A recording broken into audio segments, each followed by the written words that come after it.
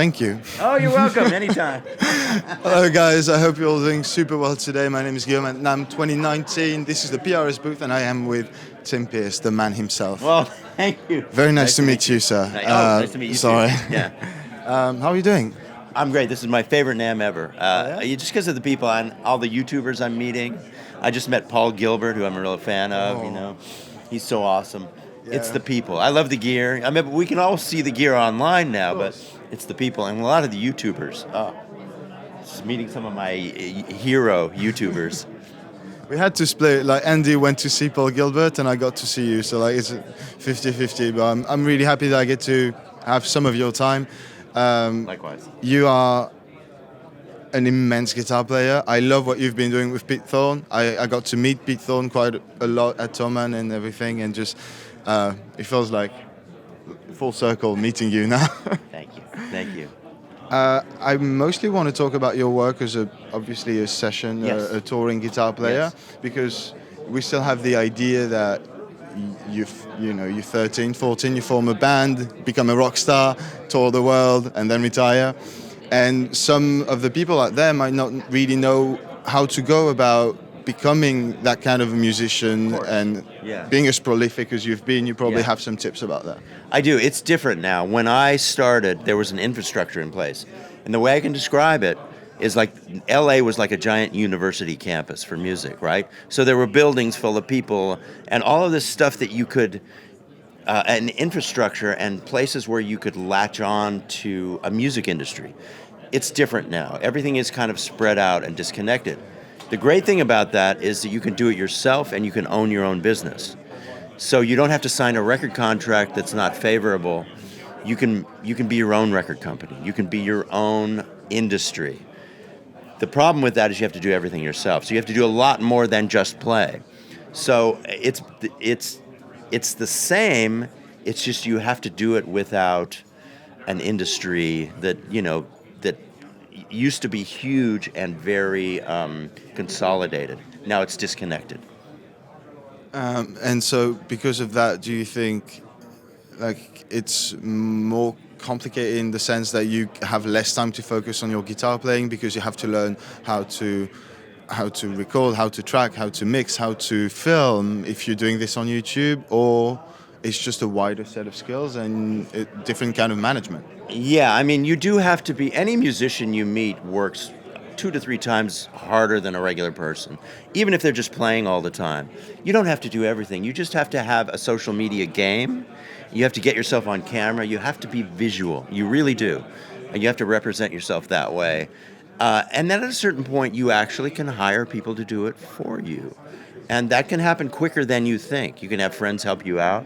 But yes, you have to wake up in the morning and realize that you do need to play, but you also need to film what you're playing and get it out into the world.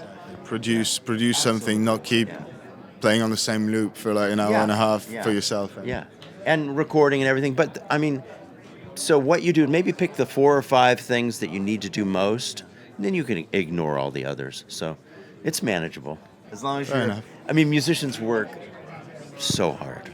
They always have. The next one is just like kind of a personal question, because anyone who doesn't know who Tim Pierce is, even just to look at the Wikipedia page is kind of mind-blowing. So out of all the persons you've worked with, all the artists that you've worked with, can you give me like a top 3 or like a top 5 best experience? Sure, I would say Phil Collins, because when I worked with him, I couldn't believe that I was playing guitar and he was sitting there playing drums, okay? And after that, we did a song that he won the Academy Award for. It was called You'll Be in My Heart. And so he was an actor, so that meant a lot to him. He won an Oscar. He got to walk up on stage and win an Oscar. So after that, the team I was with, we did like 5 years of work with him, and I went to Switzerland and did a whole album with him. That was like, I couldn't believe. I was in a state of disbelief that I was working with Phil Collins. Because growing up, you look at records and you look at these people and you think, wow, that's amazing. And then to be actually in the room collaborating with that person that you saw on the record, that was amazing. So he's one. I think Bruce Springsteen was another one. A super, super nice guy. The nicest rock star I ever worked with is Rob Thomas, I think, from Matchbox 20. He's incredible, like, guy to hang around with and be in a room with. I mean, they're all, a lot of them are really nice. A lot of these people, a lot of the heroes for me were the producers, though, like David Foster and Patrick Leonard, and these amazing keyboard players. A guy named Walter Afanasieff. He was really big in the '90s with Mariah Carey and a lot of other people. So a lot of the super musicians were my heroes also. Like I work with a drummer named Benny Caliuta a lot, who's he plays with Jeff Beck. He tours with Jeff Beck and Herbie Hancock. So that's one of the greatest. The stars for me are sometimes the musicians, But some of these artists, like Phil Collins, it's just I'm in a state of disbelief. It's just I can't believe that actually. I can neither believe or just even imagine what that must be like. So that's a privilege, just having the first-hand information right there. Yeah. Thank you so much. And you've been playing PRS guitars. Yes. I guess first, why? Okay. And let's start with why.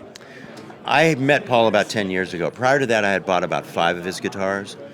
I own a lot of Gibsons. And I love Gibsons. But the thing about a PRS, one of the things about it, is that they play in tune. I've always had trouble with the strings going like this on a Gibson. Okay, so that's the primary thing that brought me to PRS. Now, when I met Paul and I realized how committed he was to improving his guitars, even at that point, he was super successful, making great products, which I had purchased and owned without knowing him. He's constantly improving everything. The pickups, the bridge, the switches, the tuners, the wood, everything. He's constantly trying to make it better and better and better and figure out the secret to every detail. So the guitars just keep getting better and the pickups sound more vintagey, more open. Everything he does keeps coming up like this. That combined with the fact that because I work so fast, I can't spend all my time tuning the G string. And, the design of the headstock allows for it to stay perfectly in tune. The other thing I've come to peace with is that these guitars play like Ferraris or Lamborghinis. And a lot of guitar makers, they're too concerned with tradition and the old ways to try and upgrade to the point, like my hands can move lightning fast on a PRS. So I'm kind of hooked at this point. I really am. The tones are getting better, the pickups are getting better, and they play. It's like I'm driving a Ferrari, basically. I play better, I'm a better guitar player. I get why. Yeah. Thank you so much for sitting down with us. It was an absolute pleasure. For me too. Can't wait to come see you guys. Anytime. I will. Anytime. I'll be there. Thank you so much. Thank you very much, guys, for watching. This was Mr. Tim Pierce at PRS Guitars NAMM 2019. Be good to one another, and I'll see you very soon.